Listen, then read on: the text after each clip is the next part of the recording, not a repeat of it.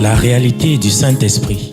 Le Saint-Esprit de Dieu est peu connu par les chrétiens parce que plusieurs ne l'ont pas encore revêtu et même pour ceux qui l'ont revêtu, il demeure un mystère.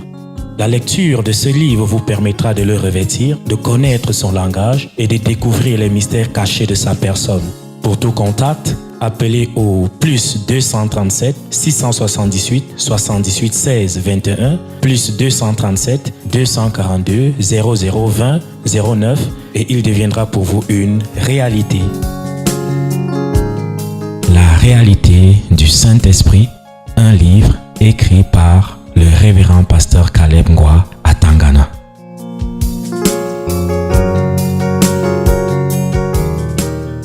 Voilà, prenez votre Bible, on va passer à la parole ce jour. Jonas, chapitre 3. Vous y êtes? Ok.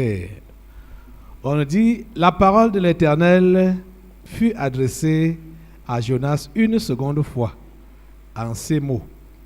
Lève-toi, va à Ninive, la grande ville, et proclame-y la publication que je t'ordonne. Et Jonas se leva et alla à Ninive, selon la parole de l'Éternel.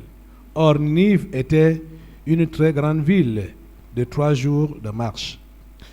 Jonas fit d'abord dans la ville une journée de marche. Il criait et disait encore 40 jours et Ninive est détruite. Allons maintenant au chapitre 4. On va insérer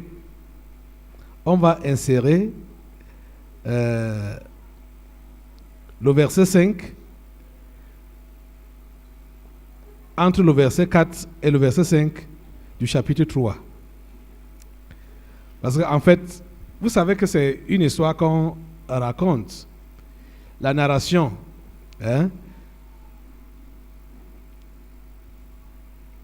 Verset 5 du chapitre 4. Voilà sa prédication. C'était tout. C'était tout ce que Jonas a prêché pendant cette journée-là. Il criait et disait, encore 40 jours et Ninive est détruite. Verset 5 du chapitre 4. Et Jonas sortit de la ville et s'assit à l'orient de la ville. Là, il se fit une cabane et s'y tint à l'ombre, jusqu'à ce qu'il vit ce qui arriverait dans la ville. On revient au chapitre 3, verset 5. Le verset que j'ai lu là, le verset là devait être inséré en bas du verset 4 du chapitre 3 pour continuer donc maintenant l'histoire. Vous comprenez ça? Ok, maintenant, il a prêché, il allait s'asseoir pour voir ce qui allait arriver à la ville. Et qu'est-ce qui s'est passé? Les gens de Ninive crurent à Dieu, ils publièrent un jeûne et se revêtirent de sacs, depuis les plus grands jusqu'aux plus petits. La chose parvint au roi de Ninive. Il se leva de son trône, ôta son manteau, se couvrit d'un sac et s'assit sur la cendre. Et il fit faire dans Ninive cette publication par ordre du roi et de ses grands, que les hommes et les bêtes, les bœufs et les brebis ne goûtent de rien, ne pèsent point et ne boivent point d'eau. Que les hommes et les bêtes soient couverts de sacs. Qu'ils crient à Dieu avec force et qu'ils reviennent tous de leur mauvaise voie et des actes de violence dont leurs mains sont coupables. Qui sait si Dieu ne reviendra pas et ne se repentira pas, et s'il ne renoncera pas à son ardente colère, en sorte que nous ne périssions Point.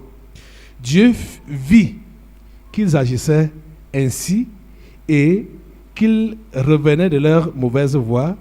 Alors Dieu se repentit du mal qu'il avait résolu de leur faire et il ne le fit pas. On continue donc au chapitre 4, verset 1. Cela déplut fort à Jonas et il fut irrité. Il implora l'Éternel et il dit: Ah, Éternel, n'est-ce pas ce que je disais quand j'étais encore dans mon pays? C'est ce que je voulais prévenir en fuyant à Tarsis, car je savais que tu es un Dieu compatissant et miséricordieux, lent à la colère et riche en bonté, et qui te repent du mal. Maintenant, Éternel, prends-moi donc la vie, car la mort m'est préférable à la vie. L'Éternel répondit: fais-tu bien de t'irriter? Prions le Seigneur. Notre Dieu, nous te remercions pour ta parole que tu nous donnes encore en ce jour.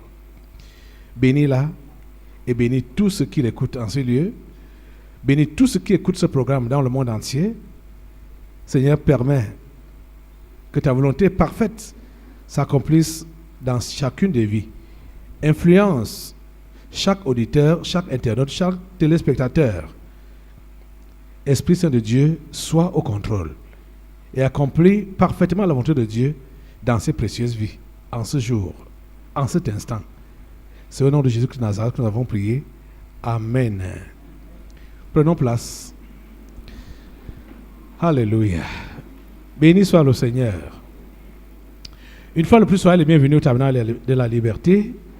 Soyez les bienvenus à ce programme. Nous continuons à décortiquer l'histoire de l'esprit Jonas. Venez avec le tableau qui a l'esprit Jonas. Nous sommes encore sur sa prédication et l'après-prédication. J'ai dit, on s'est arrêté au verset 4 là, du chapitre 3, pour voir la prédication de Jonas. Prédication de condamnation. Il criait et disait: encore 40 jours, et Ninive est détruite. Et le verset 5 du chapitre 4 nous dit que après sa prédication, Jonas sortit de la ville et s'assit à l'orient de la ville. Là, il se fit une cabane et s'y tint à l'ombre jusqu'à ce qu'il vit ce qui arriverait dans la ville. Donc, quand il a fini sa prédication, vous voyez que sa prédication condamnait les gens de Ninive. Après avoir prêché, il est sorti de la ville, il a fait sa cabane, il allait s'asseoir pour voir ce qui arriverait dans la ville. En fait, Jonas attendait tout, sauf la repentance des Ninivites. Il attendait tout, sauf la repentance. Vous savez que dans le passé, ces prophéties ont été accomplies. Je parle de Jonas, hein? Et il croyait que, comme il a prophétisé dans le passé, et cela s'est accompli, alors, comme il a dit que dans 40 jours, Ninive est détruite, il pensait que la destruction allait commencer là, sous ses yeux. Il pensait que ces gens, comme ils sont tellement méchants, et surtout les ennemis d'Israël, il ne fallait pas qu'ils aient miséricorde, qu'ils obtiennent miséricorde. Il fallait qu'ils périssent. Et il allait s'asseoir pour regarder comment Dieu devait commencer à exécuter les paroles qui étaient sorties de sa bouche. La destruction de Ninive. Mais à sa grande surprise, il voit plutôt que les Ninivites se repentent. Chacun porte le sac, le jeûne est lancé, chacun porte le sac, chacun crie fort à l'Éternel de pardonner. Ah. Et directement, Dieu est d'accord de leur pardonner. Jonas dit, mais qu'est-ce qui se passe là? Moi, je croyais que ces gens allaient périr.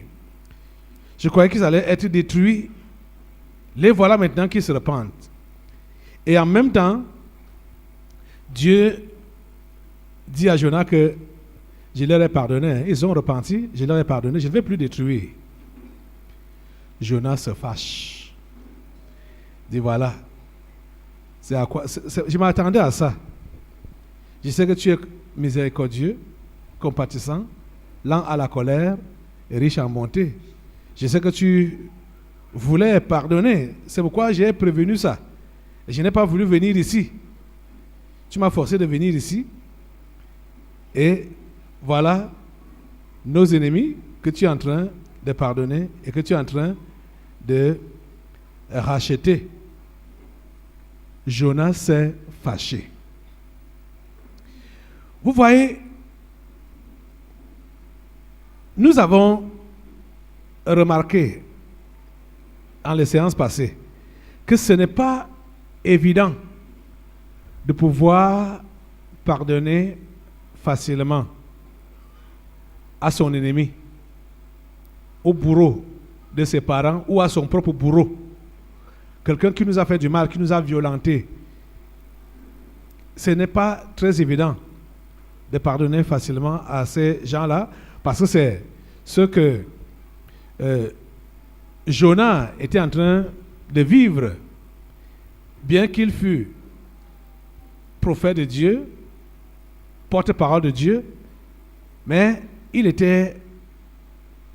faisait partie d'un peuple qui avait été brimé par les Assyriens.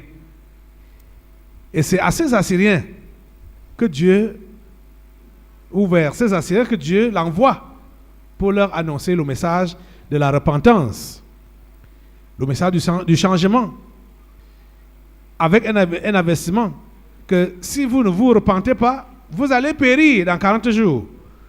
Jonas s'est seulement appuyé sur l'avertissement. Ce n'était même pas dans le sens de l'avertissement, c'était seulement la condamnation que dans 40 jours, vous allez périr. Mais nous voyons que Jonas est allé là-bas sous l'influence de l'obéissance directe. Quand il a été vomi par le poisson l'a vomi sur les rives de Ninive. Et il est allé là-bas sous l'influence de la repentance. Donc, l'onction de Dieu, ou la présence de Dieu, était encore fraîchement sur lui. Ce qui fait qu'il ne parlait pas, même comme il a tout fait pour diluer le message, pour juste donner une partie du message, Dieu a utilisé ça pour toucher les cœurs des Ninivites. Vous comprenez, non? Ce n'est ni par la puissance, ni par la force, dit Dieu, mais c'est par mon esprit. L'esprit de Dieu était encore fraîchement sur Jonas. Vous savez la prière qu'il a faite au chapitre 2. Ce n'est pas lui-même qui faisait cette prière-là. Ce n'est pas son corps qui faisait cette prière-là. On l'a bien vu que quand Jonas a été jeté dans l'eau, Jonas est mort.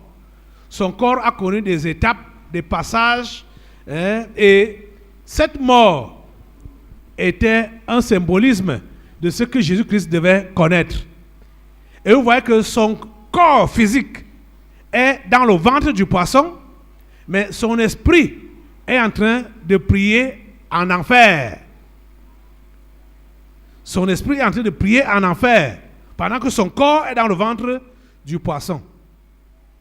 Vous voyez donc que quand Dieu l'exauce, et Dieu permet au poisson de vomir le corps de Jonas, quand le corps de Jonas est tombé sur la rive, son esprit qui était dans les abîmes en enfer est venu entrer en lui. Or, vous savez que c'est l'esprit qui est réellement l'homme et qui est réellement la vie. Or, cet esprit-là venait d'être réellement en contact avec Dieu, être renouvelé avec Dieu et de recevoir cette mission-là. Son esprit avait déjà tout vu, tout prédit sur la mort d'un innocent pour les pécheurs. C'est-à-dire la mort de Jésus. Je ne vais pas revenir sur ça là, parce que je vous ai déjà expliqué ça. Quand il parlait le roseau qui a entouré sa tête, machin, tout ça, il prédisait la mort de Jésus. Et dans sa prière là, on voit que ce n'est pas le juste. C'est-à-dire, ce n'est pas le juste qui a besoin d'être sauvé, qui a besoin de la miséricorde. C'est le pécheur qui a besoin de la miséricorde. Ça, c'est la leçon que Dieu voulait montrer, non seulement à Jonas, mais aux disciples de Jésus-Christ. Parce que Jésus n'est pas mort pour les bons, Jésus n'est pas mort, il n'est pas mort pour les justes, Jésus est mort pour les méchants et les injustes. Et c'est ça que les Assyriens étaient. Ils étaient méchants et injustes. Ils ont brimé, maltraité le peuple de Dieu. C'est pourquoi Jonas, dans son naturel, ne voulait pas que ces gens-là obtiennent miséricorde devant Dieu. Mais Dieu est allé au-delà. Parce que la grâce de Dieu va au-delà. Au-delà du naturel. Au-delà de la réflexion humaine. Vous voyez? Donc, quand Jonas sort son corps sort du ventre du poisson et est vomi sur les rives de Ninive, son esprit qui était en enfer et qui venait de prier et être exaucé, cet esprit-là est venu rentrer dans le corps physique de Jonas. Et pendant qu'il se réveille, la parole de Dieu tombe encore pour lui dire, maintenant là, lève-toi, va, entre. La ville n'est plus loin. Entre seulement et commence à prêcher. Là, comme il venait juste de se repentir, son esprit venait juste de se repentir et de réintégrer le corps, l'onction fraîche de Dieu était encore sur lui. Ce qui fait que le message que Dieu lui a donné, même comme cela a été un peu modifié, ce message-là a eu des effets et a touché les cœurs des Nénévites qui sont repentis. Après le travail, après la prédication, on dit que Jonas est sorti de la ville et il allait s'asseoir. Il n'était plus en train de prêcher. Vous voyez? Il n'était plus en train de prêcher. Il est revenu en lui-même pour regarder donc ce qui allait se passer. Vous voyez, non? L'onction de Dieu n'était plus sur lui. Et quand il a donc perçu que la prédication a eu des effets, les gens se repentent, il n'était plus sous l'onction. Son homme naturel s'est réveillé. Il dit quoi? Quoi? Ils sont repentis? Et Dieu pardonne? Non, non, non, non, non, non. J'avais raison de fuir à Tarsis. J'avais raison de refuser de venir ici, là. Donc, ces méchants, ces gens qui nous ont maltraités, Dieu pardonne. Pourquoi Jonas a cette réaction? C'est parce qu'il a repris sa nature normale.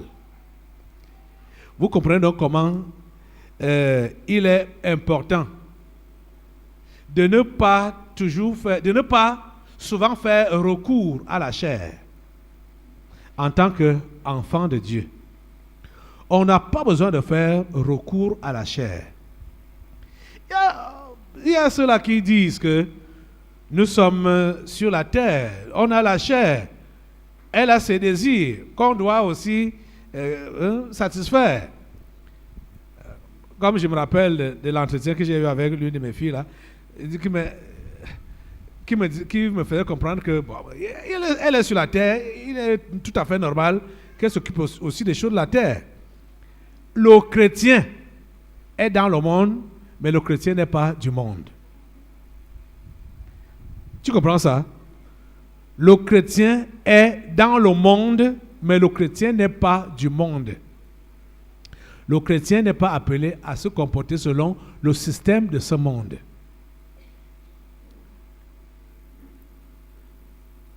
Ce qui fait à ce que plusieurs parmi nous là, nous ne puissions pas vivre continuellement la gloire de Dieu, c'est parce que beaucoup veulent se prendre en charge. Qu'est-ce que je veux dire? Beaucoup de chrétiens ne comprennent pas qu'ils doivent entièrement dépendre de Dieu. Le chrétien doit entièrement dépendre de Dieu. Et le chrétien doit de plus en plus négliger la chair et ne pas dépendre de la chair. Parce que quand tu sors du domaine de l'esprit et la chair prend le dessus, tu vas aller à l'encontre de la volonté de Dieu. Tu comprends ça? Ici, Jonas a prêché, étant encore sous l'onction, étant encore influencé par le Saint-Esprit de Dieu. Dès que la journée de prédication est finie, il allait s'asseoir. C'était plus le prophète Jonas, c'était monsieur Jonas qui voulait voir ce qui devait se passer à la ville. Parce que vous devez comprendre que nous sommes doubles. Hein? Nous sommes doubles. Tout le monde est double. Hein? Cette histoire de dualité-là, ce n'est que les sorciers qui maîtrisent ça très bien. Le sorcier, il sait qu'il est double. Et il sait que c'est son homme invisible qui est au-dessus de l'homme visible. C'est pourquoi le sorcier, et vous savez que quand on parle de sorcier, ça commence d'abord par la sorcellerie de base. Donc, les sorciers des villages là. Vous allez vous rendre compte que les sorciers du village sont les gens les plus négligents en ce qui concerne le physique. Vous êtes d'accord avec moi? Vous avez déjà vu les patrons sorciers du village là, propres? Hein?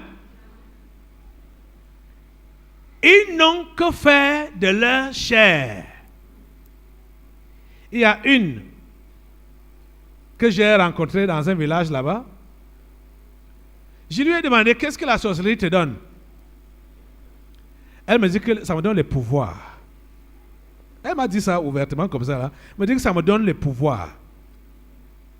Mais tu fais quoi avec ces pouvoirs? C'est les pouvoirs de domination. C'est pour dominer. C'est mon père qui était le patron. Quand mon père est décédé, il m'a laissé ses pouvoirs. Et quand moi-même, je vais mourir, je lui dis que maintenant, là, tu es mal tombé. Parce que tu es maintenant face à un pouvoir plus fort que le tien. Il me dit que quand moi-même, je vais partir, je vais aussi laisser ça à mes enfants. Je l'ai regardé. Vous voyez la femme en question, hein?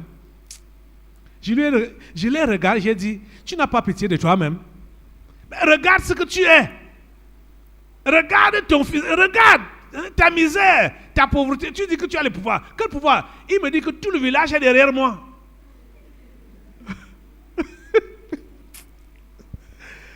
Il me dit que tout le village est derrière moi.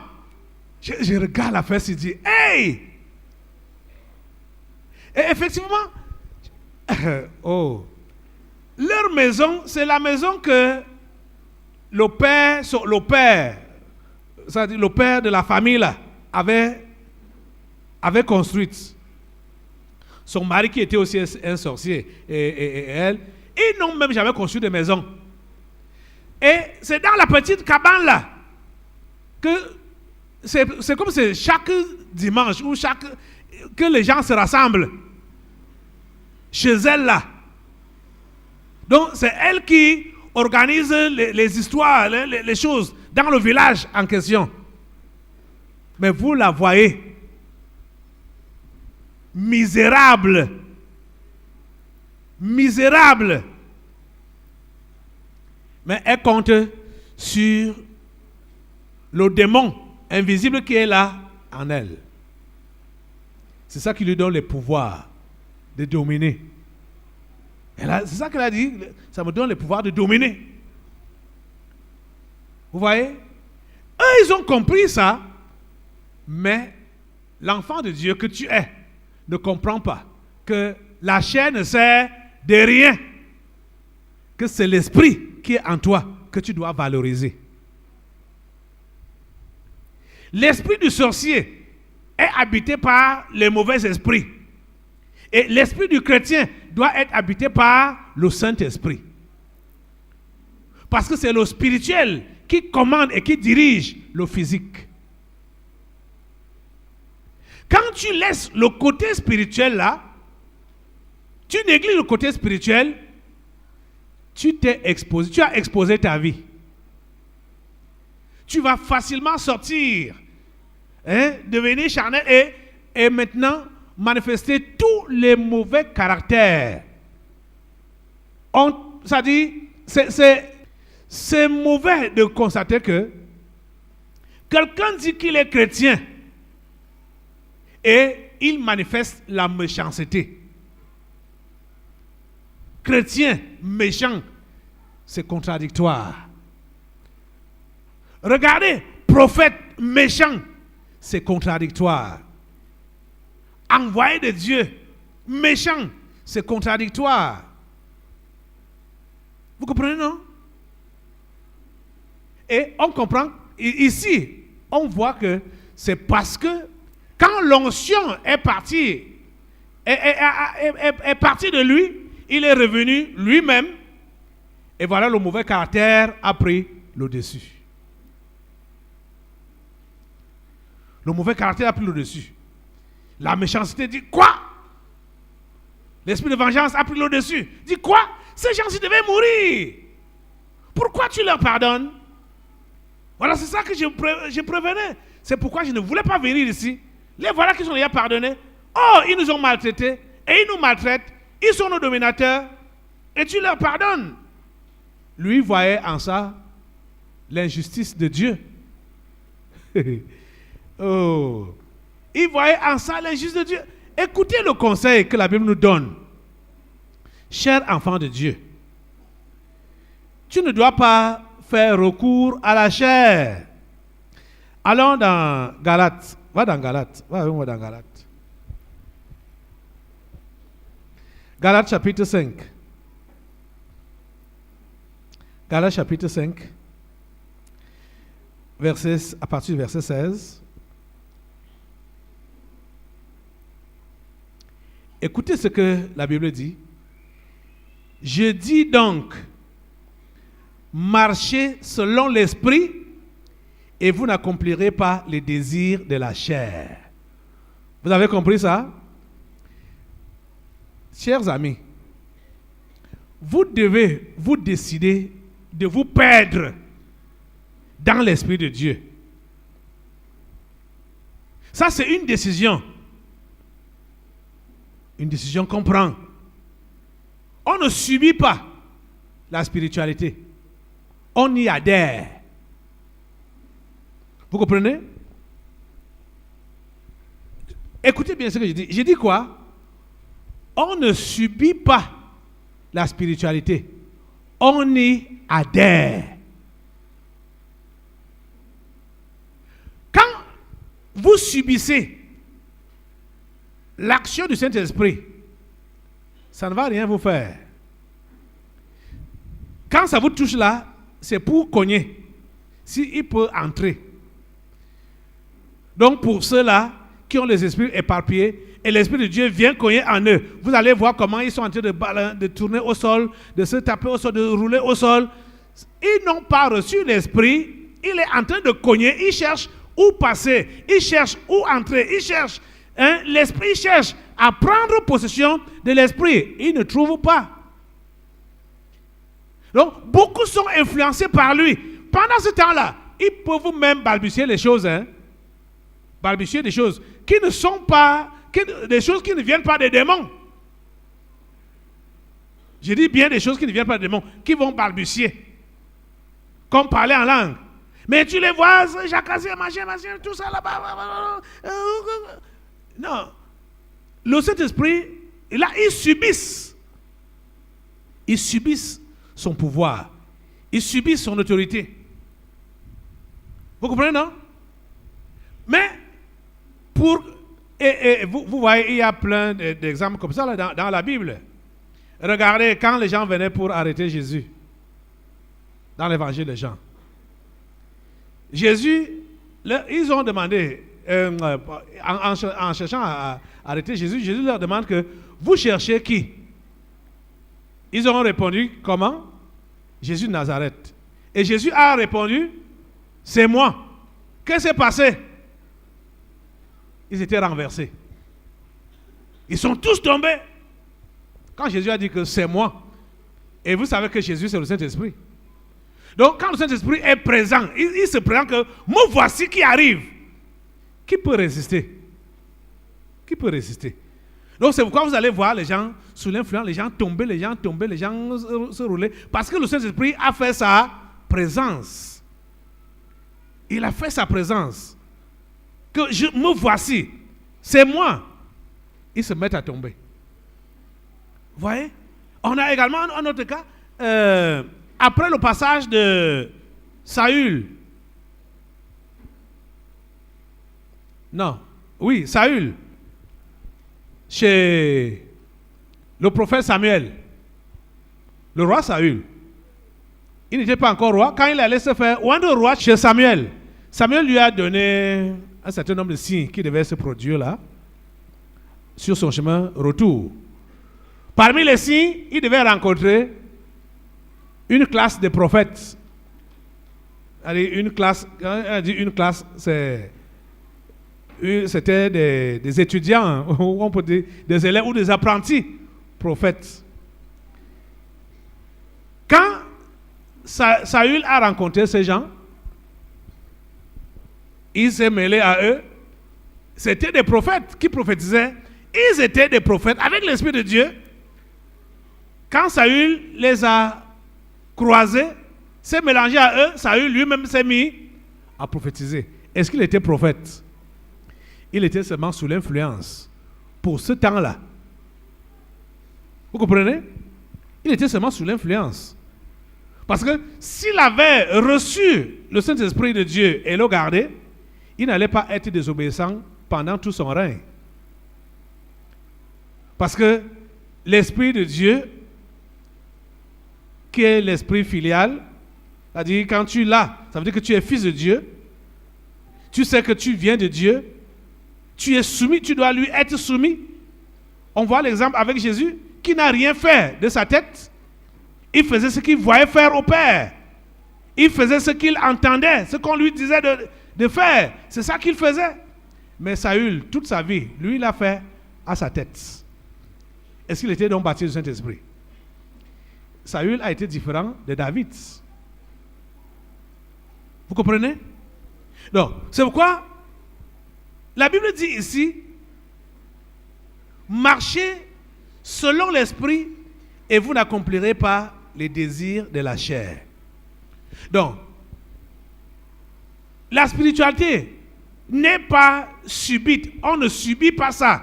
On y adhère. On y adhère. Quand tu subis ça, ça va te secouer pour un temps. Après, c'est fini. Dès que les secousses là finissent là, tu reviens toi-même. Tu continues comme auparavant. Donc, ceux parmi vous qui voulaient seulement subir par le christianisme, par l'Esprit de Dieu, vous n'allez jamais savoir comment on marche par l'Esprit. Et marcher par l'Esprit demande l'obéissance absolue. La vie de l'Esprit, c'est une vie d'obéissance au quotidien, aux instructions divines. Les gens croient que marcher par l'Esprit, être sous l'onction, il faut toujours marcher en tremblant. Ce n'est pas ça. Là-bas, c'est la chair. Vous comprenez? Ce n'est pas ça. Marcher sous l'onction, c'est marcher dans l'obéissance. Obéissance aux instructions, à la parole de Dieu. La vie de l'Esprit, c'est une vie conforme aux Écritures, conforme aux instructions que Dieu donne. Voilà la vie de l'Esprit. Ce n'est pas une vie. D'autres pensent que c'est on est emporté, on a même, ils pensent même qu'on n'a même plus les pieds sur terre. Hein. C'est comme si on vit un peu entre la terre et le ciel, là, hein, on plane là. Non, c'est pas ça. C'est pas ça. C'est l'obéissance à la parole de Dieu. C'est ça qui est signe de marcher selon l'esprit. L'obéissance à la parole de Dieu. L'obéissance aux instructions de Dieu. Vous comprenez? Tu négliges la parole. Tu négliges les instructions qui t'ont été données. Tu es descendu dans la chair. Directement. Dès que tu ne marches plus d'après les instructions, les prescriptions de Dieu, tu marches dans la chair. Directement. Tu peux continuer à balbutier les choses, croyant que c'est les langues. Ce n'est plus les langues là-bas. Quand tu es dans la désobéissance. Vous comprenez? Quand tu vis consciemment dans le péché, tremble comme tu peux, roule-toi à terre comme tu peux. Ça, c'est la chair. C'est la chair. La Bible dit quoi? Je dis donc, marchez selon l'esprit et vous n'accomplirez pas les désirs de la chair. Quel est le secret de ne pas accomplir les désirs de la chair? Écoutez, on nous a dit quoi de Jonas? Quand les gens de Ninive sont repentis, qu'est-ce que Jonas a fait? C'est l'un des plus forts à Jonas. Il était énervé, en colère. Dans son cœur, c'était vengeance. C'était vengeance. C'était vengeance, c'était punition, la mort, désastre sur la ville de Ninive. Le verset 17 de Galates 5 que je lis là dit, car la chair a des désirs contraires à ceux de l'esprit, et l'esprit en a de contraires à ceux de la chair. Ils sont opposés entre eux, afin que vous ne fassiez point ce que vous voudriez. Hein? Verset 18 dit, si vous êtes conduit par l'esprit, vous n'êtes point sous la loi. Quand tu es conduit par l'esprit, tu n'es pas sous la loi, tu n'es pas sous pression. Hein? Vous êtes en train de comprendre ça? Donc, vous voyez donc, Jonas est sorti de l'esprit. Il n'avait plus.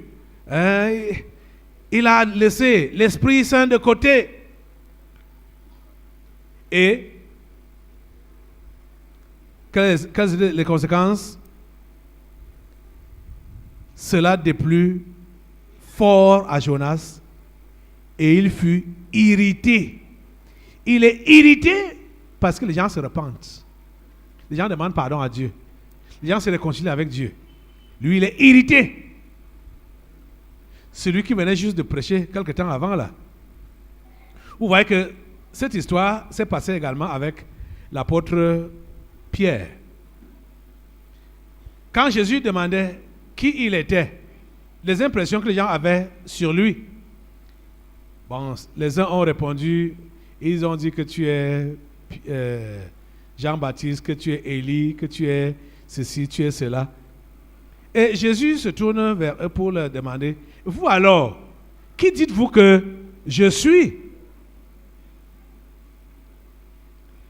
Pierre a dit, tu es le Christ, donc le Messie, le Fils du Dieu vivant. Jésus lui a dit quoi? Pierre, cette confession-là ne vient pas de toi. C'est l'Esprit Saint qui t'a révélé ça. Donc Pierre était sous l'onction là, tout de suite. C'est l'Esprit de Dieu qui avait pris le contrôle et qui a fait cette proclamation. Mais quelque temps après, Jésus leur dit donc, ok, comme vous venez juste d'entendre là, je ne veux même pas que vous parliez de ça à quelqu'un là-bas dehors, hein.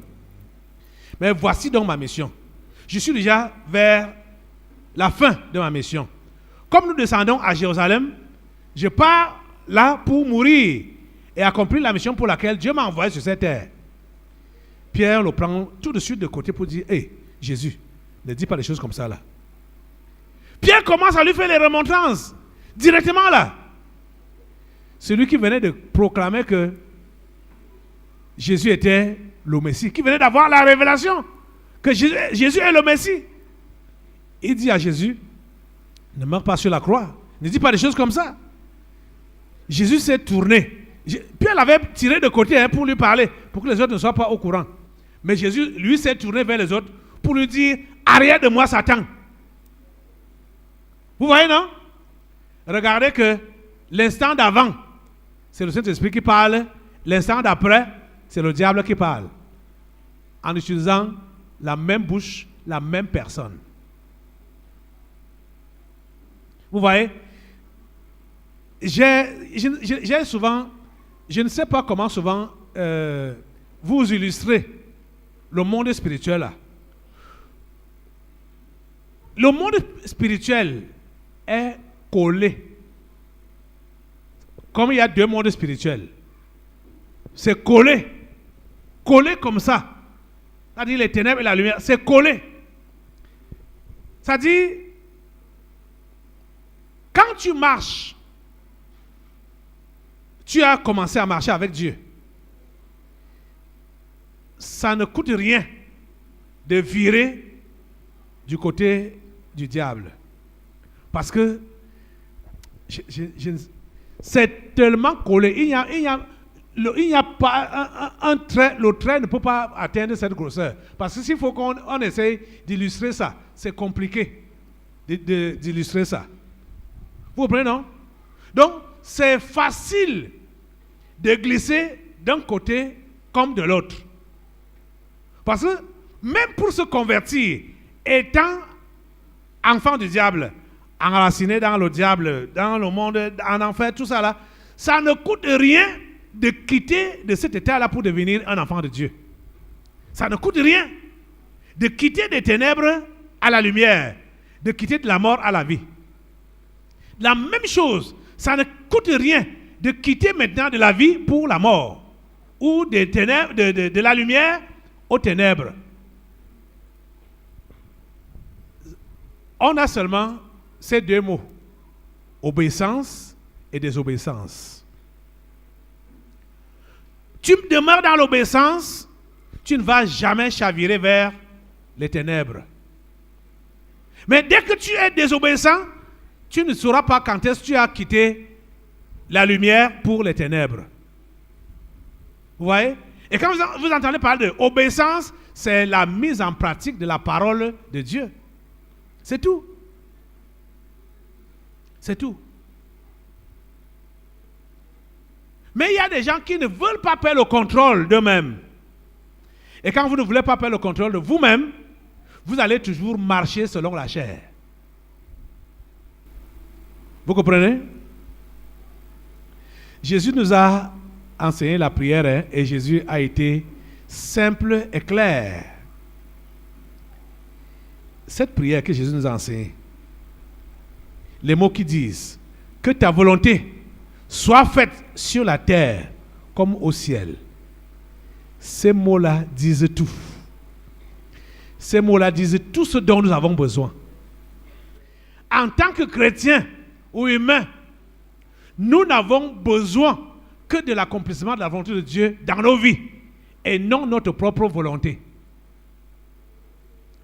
Mais ce que nous savons, c'est que n'importe qui, dès la naissance, tu commences à grandir un peu là, chacun commence à développer déjà ses projets, ses ambitions, ses programmations. Chacun a sa vie à gérer, ses goûts, sa vision des choses. Chacun est particulier. Vous le savez, non? Mais ce que le chrétien doit savoir, c'est que sa vie ne lui appartient plus. Tu es né, tu as grandi, tu as commencé à imiter comment ça se passe là-bas dehors. Programmer sa vie, programmer son temps, programmer tout. En tant que chrétien, tu dois comprendre que désormais, ce n'est plus toi qui dresse ton calendrier ou ton emploi du temps, c'est Dieu qui dresse ton calendrier, ton emploi du temps. Tu dois dépendre absolument de lui. Tu dois dépendre absolument de lui. Et c'est ça qui est difficile pour plusieurs. Je vous dis donc que tant que vous n'êtes pas encore soumis à la programmation de Dieu, vous allez marcher selon la chair. Et en marchant selon la chair, vous ne saurez plaire à Dieu. Parce que ce que vous avez programmé, ce que vous avez planifié, ce n'est pas sûr que ça cadre avec la volonté de Dieu. Dans votre vie, dans votre propre vie. Donc, comme plusieurs pensent là que j'ai ma vie à gérer, j'ai ma vie, j'ai mes choses à faire, j'ai mes plans, mes programmations, on va donc vivre comme ça, on va donc... non. Chrétien, tu dois dépendre absolument de Dieu. Il y a des choses que nous avons prises pour acquis. Quand tu prends un pied et tu mets devant l'autre, tu vois que c'est parce que tu avais appris à marcher étant enfant que tu peux donc maintenant marcher. Parce que tu as appris à...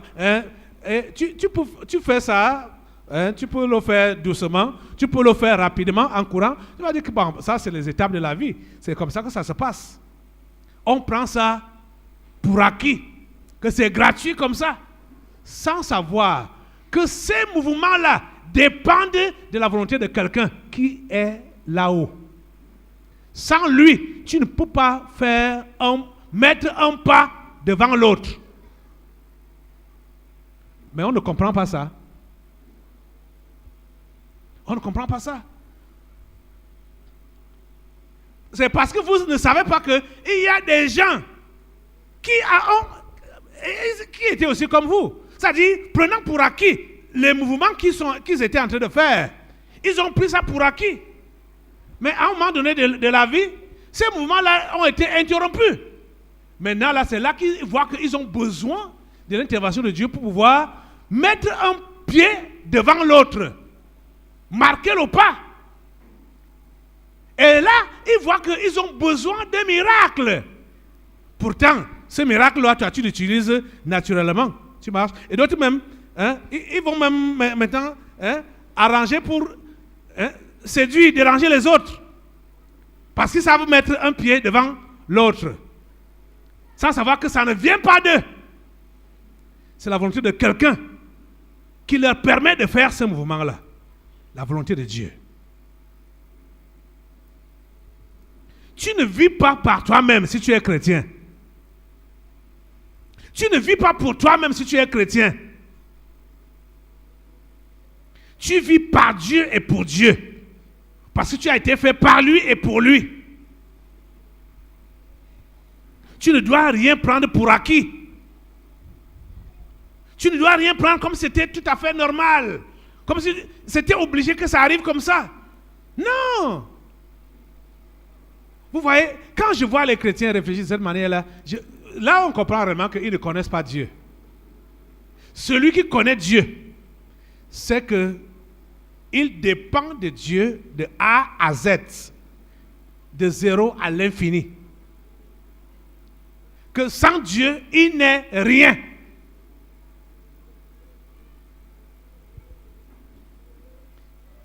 On voit quand on se couche, on se lève, on dit, hey, vraiment, je suis fort, je me suis levé. Sans savoir qu'il y a d'autres qui se sont couchés. Ils se sont réveillés en enfer. Au milieu des flammes. Ne pense même pas que c'est parce que tu as prié le soir que tu t'es levé le matin. Il y a des moments où tu ne pries pas le soir, mais tu te lèves le matin, non?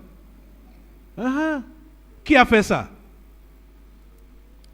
C'est Dieu qui te fait ça gratuitement. Gratuitement comme ça.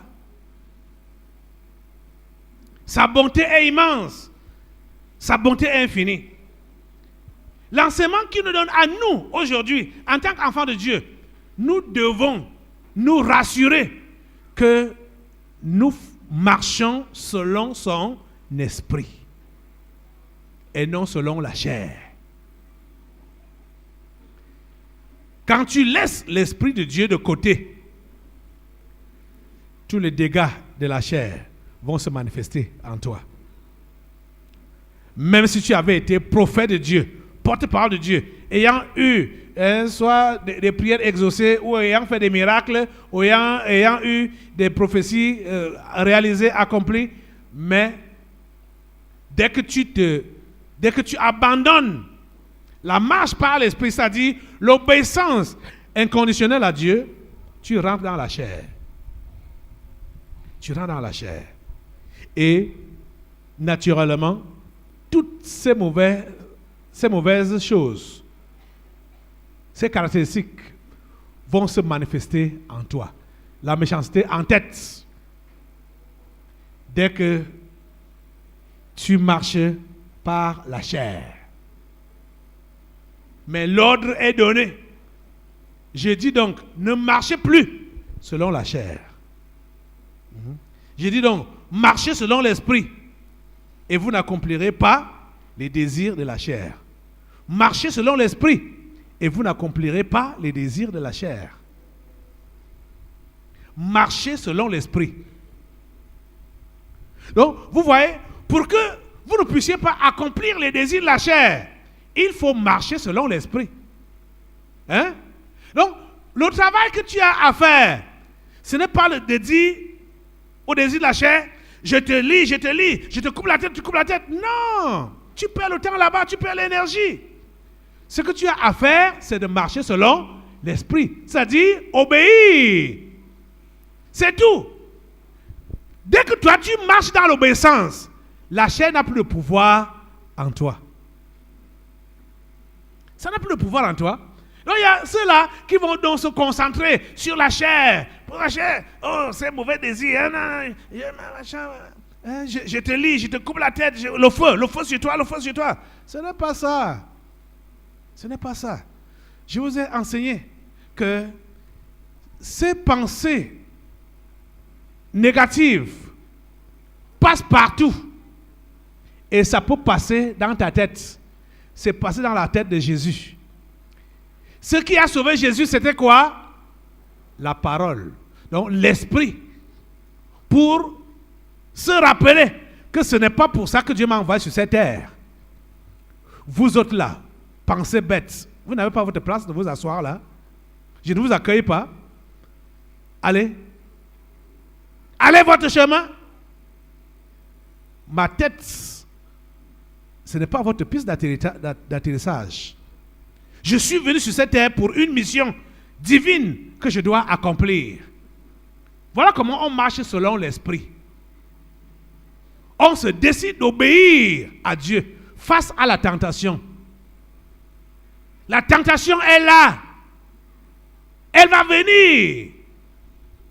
Elle va même te faire pression.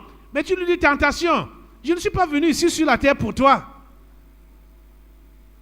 Je suis au-dessus de ce que tu me proposes là. J'ai une mission divine que je dois accomplir. Tu comprends, non? Voilà comment on marche selon l'esprit. Vous allez voir que c'est même à la dernière tentation qui était qu'il faut que Jésus s'agenouille devant lui, l'adore, pour qu'il lui donne la gloire des mondes et leur richesse et tout. C'est là que Jésus dit que arrière de moi, Satan. J'en ai assez de tes propositions. Va-t'en. J'ai une seule mission. Adorer Dieu et le servir. C'est ça que je suis venu faire sur cette terre. Et non faire des bêtises comme tu me demandes de faire là. Et qu'est-ce que la Bible nous dit? Le diable l'a quitté. Et les anges sont venus le servir. Vous voyez donc que toute personne qui est obéissante aux instructions de Dieu, à la parole de Dieu, il s'attire une cohorte d'anges qui est déléguée à son service. Vous comprenez ça? Dès que tu décides d'obéir à Dieu, au fur et à mesure que ton obéissance grandit, c'est comme ça que, parce qu'il sait que la charge, la mission est aussi en train de grandir. C'est comme ça qu'il va aussi t'envoyer des multitudes d'anges pour t'aider dans le travail que tu es appelé à faire. Mais il a fallu que Jésus soit ferme. Or, dans le passé, pendant le cheminement de cette tentation-là, les idées venaient à Jésus. Tu peux même tomber, tu peux sauter. La parole dit qu'il enverra ses anges pour qu'ils te portent sur leur main pour que ton pied ne aide pas contre une pierre. Ces pensées-là passaient dans la tête de Jésus. En même temps, il se rappelait que non, il est aussi écrit que tu ne tenteras point le Seigneur ton Dieu. Dis, hey, donc ça c'était une tentation. Je ne vais pas faire ça. Je ne vais pas prouver aux gens que je suis un Superman, que je suis l'enfant de Dieu. Vous comprenez? Tout ça là est passé dans sa tête. Mais c'est la parole qui l'a ramené toujours à la raison. Et en obéissant à cette parole, c'est ça qu'on appelle marcher selon l'esprit. Parce que Jésus enseigne que les paroles que je vous ai dites sont esprit et vie. Quand tu mets la parole de Dieu en pratique, tu es en train de marcher selon l'esprit de Dieu. Et pendant que tu marches selon l'esprit de Dieu, la chair ne peut plus avoir de pouvoir sur toi. C'est quand on te donne la parole, tu la mets sur un tamis, tu secoues pour prendre ce qui est prenable selon toi et rejeter ce qui doit être rejeté selon toi. Là, tu vas vivre une vie charnelle.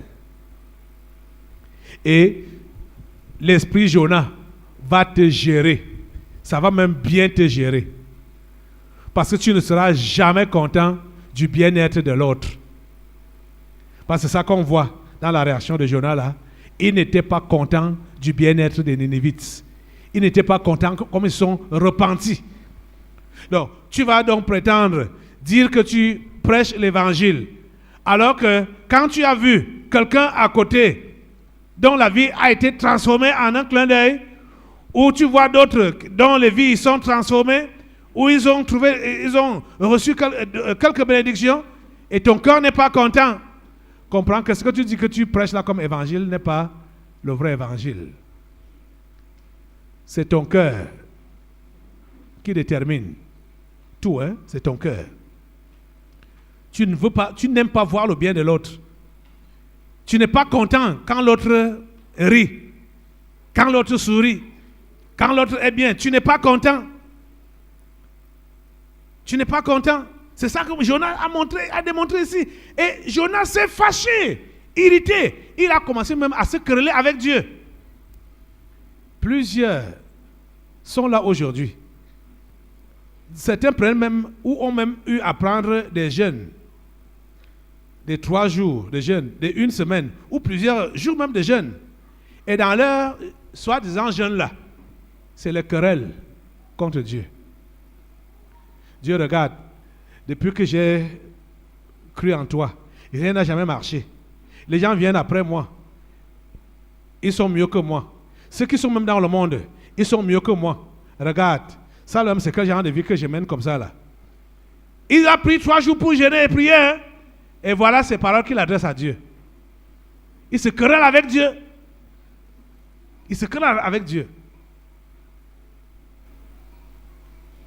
De toutes les façons, ok, comme tu m'as destiné à la misère, à la souffrance, je vais souffrir, mais je ne vais jamais, il prétend, je ne vais jamais t'abandonner.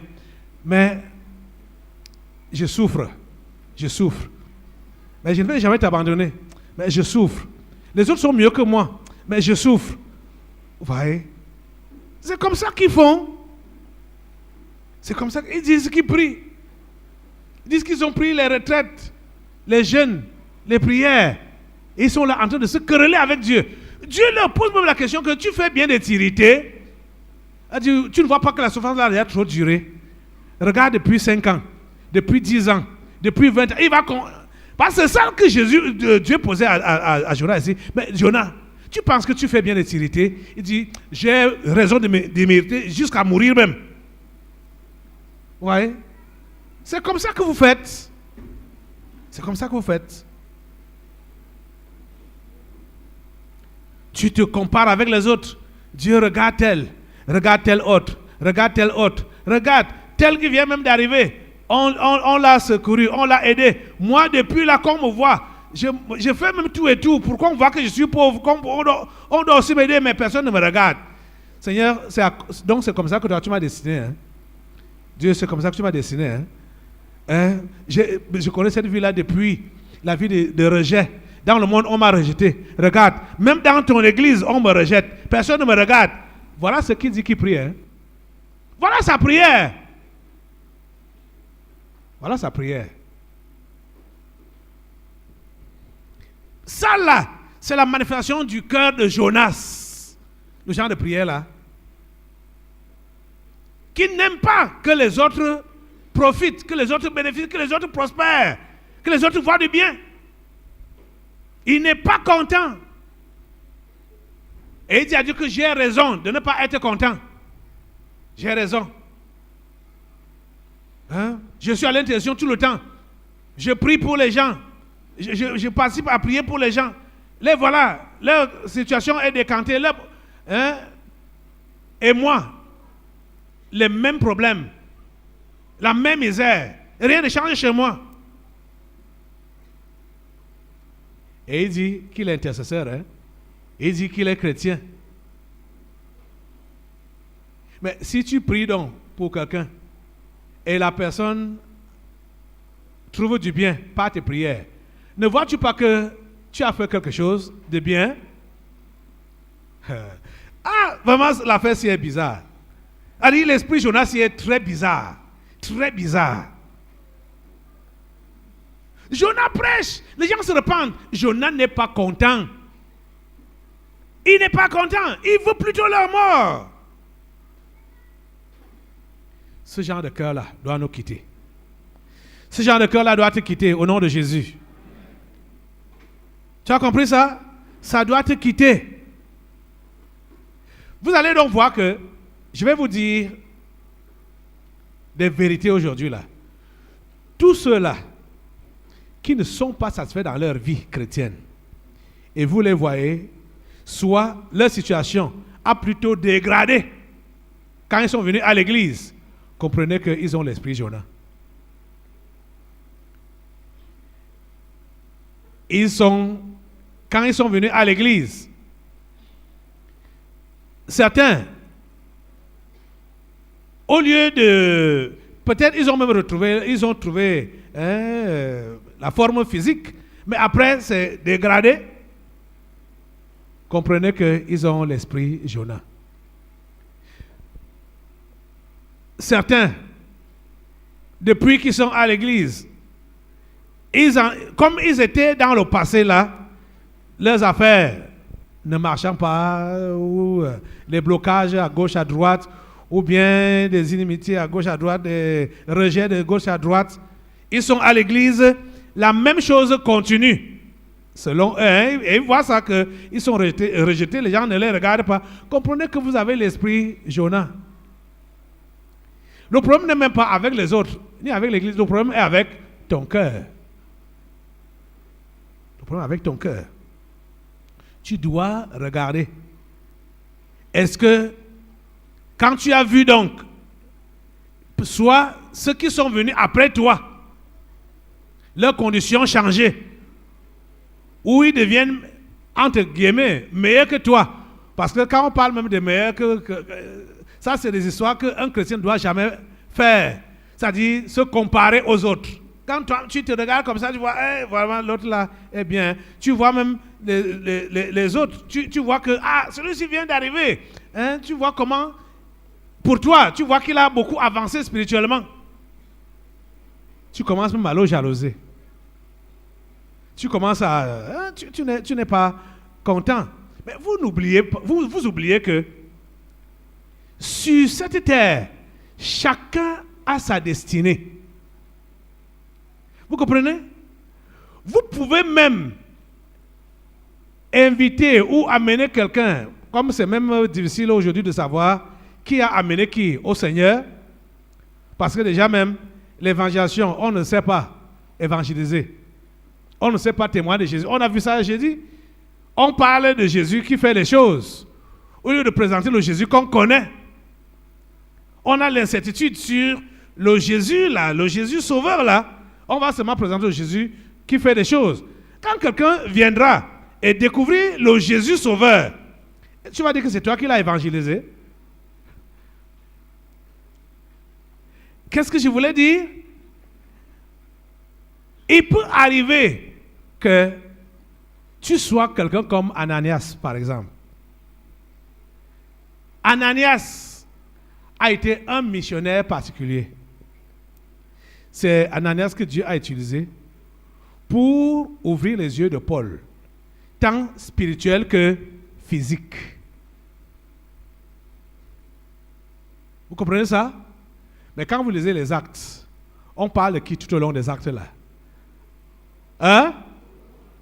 On parle de qui? De Paul. C'est lui qui a fait la plus grande partie du travail pour ce qui se passe à la religion aujourd'hui. On va dire quoi? Qui était le père spirituel de Paul? C'était Ananias, non? Bon, selon le terme là-bas, dehors. Mais qui avait donc le grand ministère? Hein? Qui avait le plus grand ministère? Entre Ananias et Paul? C'est Paul, non? Or, Ananias a fait ce que la destinée avait prévu pour lui. Que c'est lui qui devait être le père spirituel de cet apôtre qui devait bouleverser le monde de son époque. Vous voyez ça? Vous voyez ça?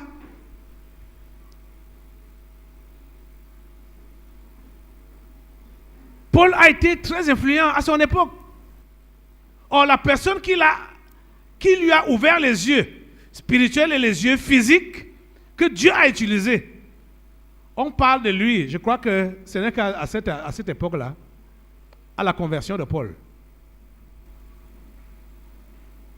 Ce n'est pas lui, Saphir, Ananias, Saphir. Puisque la conversion de Paul, ça part au chapitre 9 là-bas des Actes. Ananias et Saphira étaient déjà morts ici au chapitre 5.